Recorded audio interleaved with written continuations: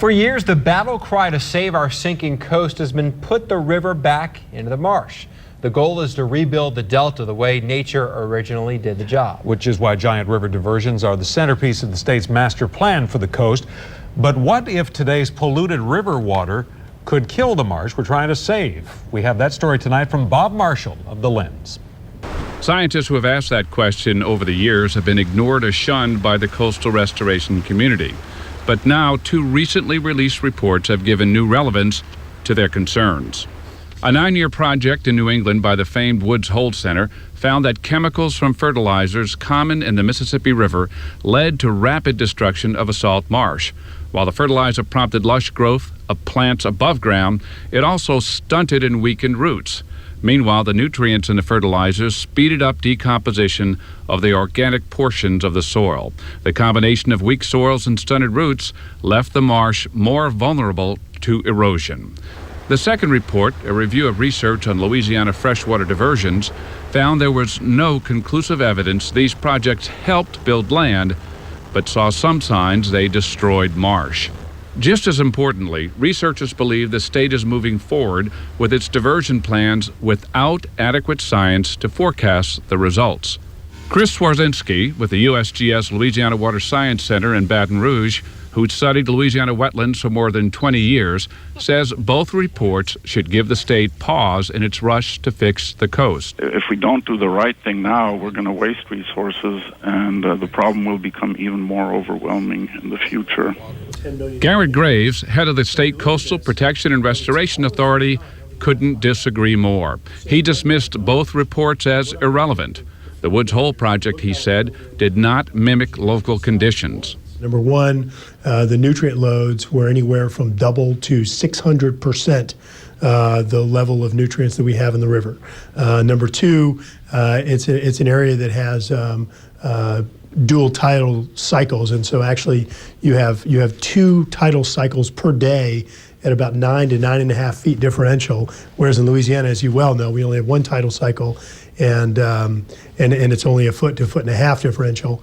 Graves also said the panel report on freshwater diversions didn't apply because the master plan will have only sediment diversions. This largely looked at the role of freshwater diversions that exist today, which, again, we don't have any of those in our master plan. The master plan calls for only sediment diversions moving forward.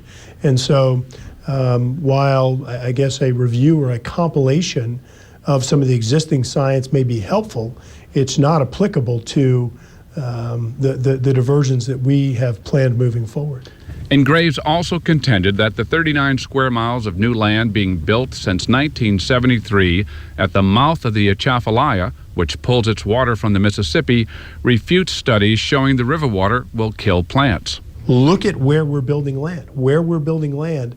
The Atchafalaya Basin, for example, to say that there's not thriving vegetation there with the exact same water that's in the Mississippi River is just a fundamentally inaccurate statement. But the dissenters say the new land at the mouth of the rivers actually proves their research. That's because the land being built at the mouth of the rivers is being composed of mineral sediments, which are not as affected by fertilizer pollutants. But the land behind the levees, which will be in direct path of the diversions, is composed of organic materials made by plants over the last century. The chemicals like nitrate, like sulfate, maybe even a herbicide that are applied in the mid-continent for the agriculture will possibly affect the organic material in a way that compromises its integrity and makes it more susceptible to erosion by storm surge. But Graves' most strident point concerned the timeline. He says the southeast coast is in such dire shape there simply isn't time for more research. You know, look, if we were in a sustainable posture right now, sure, maybe we could spend a few more years and spend tens or hundreds of millions of dollars trying to perfect the science. But considering where we are in Louisiana, you have to take some risk. And again, we're going to screw up sometimes. But the consequences of doing nothing are absolutely extraordinary. It's simply not an option for us to sit back and wait. It's safe to say this controversy won't go away anytime soon, especially since diversions already are opposed by fishing groups who don't want to be displaced by the fresh water.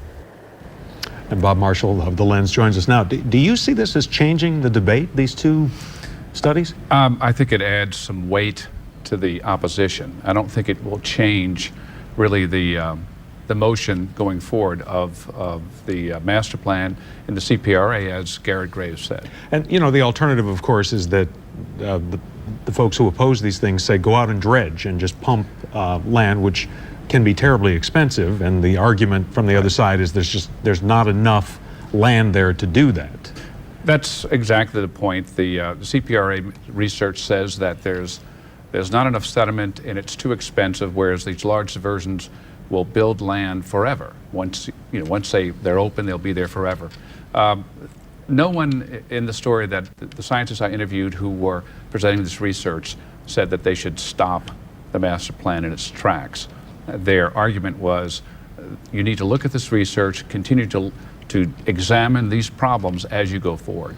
Because you sort of get the sense this train, from the state's point of view, has left the station, although there are many people deeply, deeply opposed to this. You know, this whole issue really brings to light the really difficult challenge the state faces. This is not going to be an easy job, and these are just some of the problems that are cropping up now. But as Garrett Graves said, the prevailing opinion is we don't have the time to wait. All right, Bob Marshall. My pleasure. Thanks.